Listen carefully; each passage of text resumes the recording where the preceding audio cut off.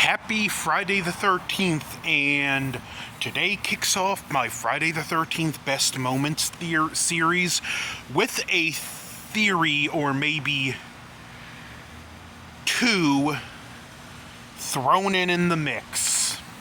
So, Best Moments. We have a solid opener where the two counselors get killed in the beginning, which is a flashback. And then we start off modern day, Annie getting to town, going to the diner, seeing the reaction of the people when she mentions Crystal Lake. Then our introduction to Crazy Ralph. Going to Camp Blood, ain't ya? You'll never be seen again. It's got a death curse. Just a great opening set of events, a great character introduction. Fun stuff. Then, another great moment, Annie's death. The first moment in the movie that shows, okay, this film isn't just gonna show the kills, but it's gonna linger on them, and depending which cut of the film you watch, it may or may not have aged as well, like the uncut version, which the only difference is it lingers on some of the scenes a little too long, and they do show their ages when the camera lingers on too long. Other great scenes, Crazy Ralph again, when Alice finds him, and these great scenes are in no particular order, by the way. Alice finds him in the cabin, and he gives the "You're all doomed" speech before he walks out the cabin and kind of looks and runs off like he's about to get scolded. Great funny scene. Now this is where I'm getting to my fan theory. The scene where Ned fakes his drowning, that he's drowning, and Pamela's watching from a distance. She had already killed Annie at this point, and when the truck driver gives us the history of the place, it's like one or two people get killed or something major gets sabotaged to stop the camp from opening. I think her initial plan was kill Annie, leave the body where it could be found, turn the camp into a crime scene, shut the camp down.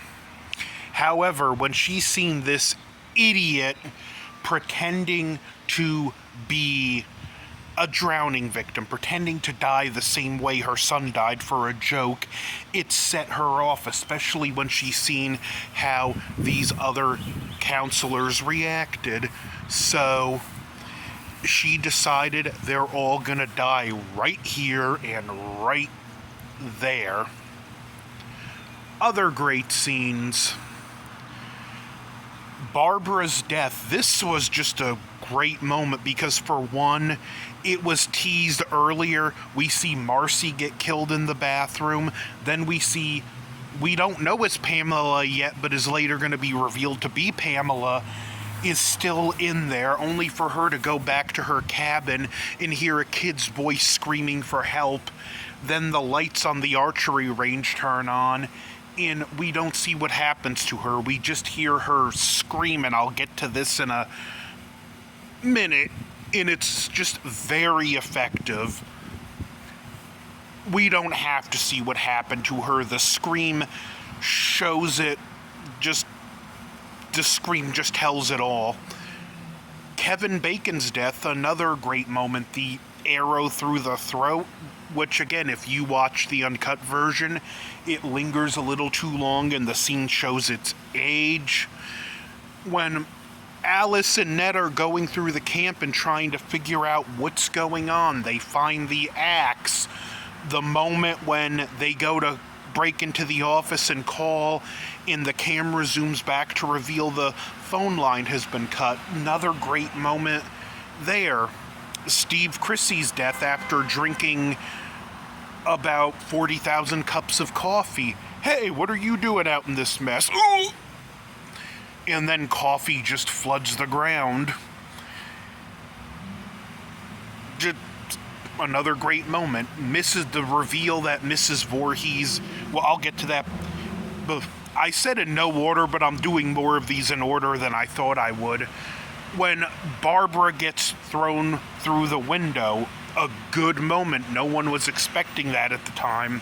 Now, here's a theory I have. We do see her move and she's supposed to be dead.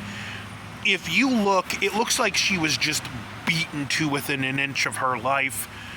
I think she's just sort of barely conscious in that that's how we see her move. She's not quite dead yet, but she's on death's door and she's going to die. And then Pamela drives down the road, which, unless she was the Flash, she should have not have gotten a quarter mile up the road that fast.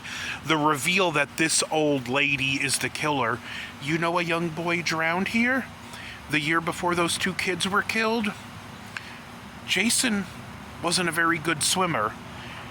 Then the reveal that it's her. Look what you did to him. That was so good, so iconic, so memorable. The ongoing game of cat and mouse with Pamela, Alice running and hiding, the scene where Alice hides in the cupboard, or the pantry, and Pamela breaks in and she defends herself with the cast iron frying pan and whacks Pamela in the face. Personally, I would have grabbed that frying pan back up and just smashed the face a couple more times to make sure the job was done.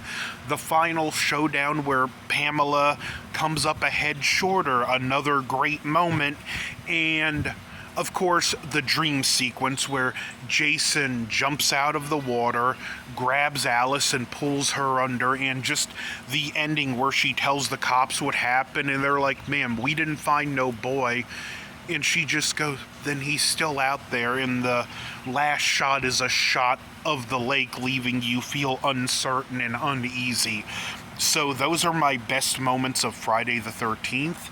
And I will be doing one of these for each movie, so stay tuned. Don't forget to like, share, comment, subscribe. Happy Friday the 13th.